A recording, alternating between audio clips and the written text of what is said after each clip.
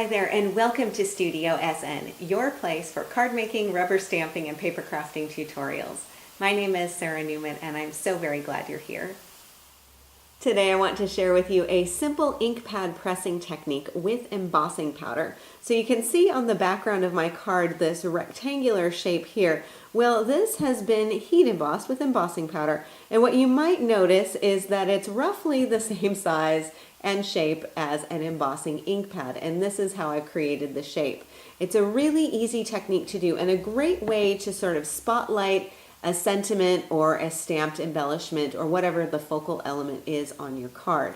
Now also with this card, I've also added a little bit of detail here with some stamping and with the use of an embossing pen, which you may not have used for quite a while if you're anything like me. So let's take a look at the process. It's a really easy one. First, I'm going to bring in a piece of smooth white cardstock, and this is some embossing cardstock from WOW, so the same folks who are bringing us the embossing powder. And I need to have my embossing ink pad, of course. And I'm also going to be working with my embossing powder, and this is in Sea Turtle. This is one of 3 embossing powders on the See You at the Beach trio collection. So you can see I've got 2 other embossing powder jars on here. But the Sea Turtle is what I'm going to be using today. So all you need to do is grab that embossing ink pad and simply turn it over and press it right onto your cardstock, right in the center. And for this, I'm not squashing it, I'm just gently pressing it to make sure I get around all 4 corners. And then I'll just simply lift. Now I know you can't see it yet, so I'm going to bring in a piece of folded scrap paper here. This is going to be my embossing powder catcher. And I'll just add some of this embossing powder on here and shuffle it off. And you can see I've captured that rectangular shape just perfectly. Now, if I didn't want to have such straight and stark lines on here, what I could also do is just take a dry paintbrush or even my finger and kind of shuffle that off a little bit so that it's not quite such a strong shape, a little bit softer, and then just tap off any excess there.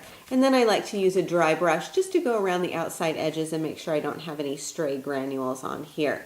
So then what I'm going to do is set this aside and use my folded paper to get the embossing powder right back into the jar. Make sure the lid is on there before I go to heat set. Of course, we've all made that mistake from time to time. And then I'm going to use my heat tool to melt the embossing powder. Now, the heat tool that I'm using is also from WOW. It's got 2 different speeds on it. So it's got a normal heat embossing speed, and then it's also got, so you can hear the difference. So between the 2 speeds, the higher one is one that I use if I'm kind of in a hurry. The lower one is what I use for normal embossing or even to speed up dry time on painted backgrounds and things like that. So I'm going to heat set my background and then we will be ready to add some more detail. Okay, now that my embossing powder has all melted, I can move on to the next step. But before I do, while I let this cool, one other thing that I wanted to point out, or a couple of other things I wanted to point out about the heat tool. One, you've got this handy little stand. This is so that you can have your heat tool standing while this portion of it cools and when it's not in use. The other thing I wanted to point out is the vent here at the base of the tool. It's really important when you're embossing with any one of your embossing heat tools that you're not inadvertently covering those vents with your hand as you're holding the embossing tool. That will prevent any of the air from escaping through that vent and keeping the air circulating in the tool. So just 2 things to keep in mind with your heat tool. Also, please do unplug it when you are leaving the room. You just never know. So safety first on that one. That's my recommendation. Now, a couple of other things about my card now that this area is all ready to go. I wanted to add something here just to create a little bit of definition and to kind of break up the lines of my rectangular shape. So to do that, I'm going to bring in some stamps. And the stamps are also from WOW. This is the Beautiful set. And I'm going to use just this little leaf down here on the side. So I've got this mounted up onto my acrylic block, and to stamp it, I'm going to use Ranger's Jet Black Archival for this. So all I need to do is ink up my stamp, and I'm going to have this going off the side a little bit. It's okay if some of this goes onto the embossed area, that's fine, because I'm going to be covering that up. And I'm just going to stamp this twice. Nice even pressure on there. Now I could leave this as it is, it looks just fine, but I also wanted to add a little bit more of embossing powder just in some areas of the leaves. So for that, I'm going to use my embossing pen. Now, I remember years and years ago learning about embossing pens, thinking they were really cool, buying them and just never using them. So if you're like me and you've got some embossing pens in your stash, now would be a time to get them out. Because I've realized with all of these detailed stamps we have coming out these days, you can really add a beautiful effect with embossing powder, just little details. So I'm just coming through on some of the main areas of the leaves and tracing along those detail areas. So I'm not trying to fill in the leaves, although you could certainly do that, but I just want to have a little bit of color in there in some areas. So once again, just bring in my embossing powder, tap that on, and then tap off the excess. And you can see where I've gotten the embossing powder just to highlight those leaves really nicely, quick and easy. So once again, I'm going to heat set this.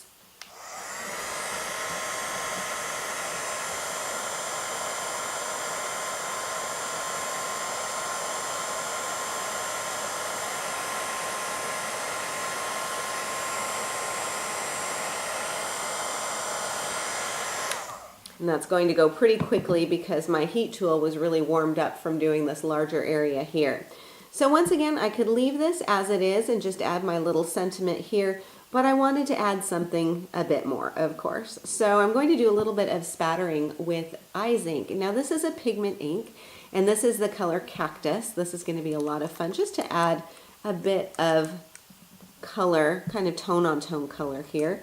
So I've got a little eyedropper, and I'm just going to put a little bit onto my craft sheet, spritz a little bit of water next to it, and then take a water brush and get a nice watery mix of this. And then just holding my brush perpendicular over this piece, I'm just going to spatter randomly on here until I get some nice color. Just, again, just quite random. And if I get any of it on the embossed area, I can just take a towel or a tissue and blot that off, so that will be a resist to the watery medium. And then I'm going to let that dry, and I can come back and add the rest of my elements. So I'm going to mop this up from my craft sheet and then bring back in my original card, and we can take another look at this. So you can see I've got my embossed background, I've got my spatters, my embossed detailing on here, and it's all a really nice highlight area for my stamped sentiment. And the stamp is also from the beautiful stamp set from Wow, and I've just put that up onto a piece of white cardstock. This is up on foam tape, and then I've die cut a second oval of black cardstock, the same size as the white one, and they're just sort of offset a little bit to create a shadow effect. Got a little bit of hemp twine on here, and I am ready to go. And this is, again, a great way to spotlight any of your stamped sentiments or focal images. So this is how you can use the pressed ink pad technique with your embossing powders.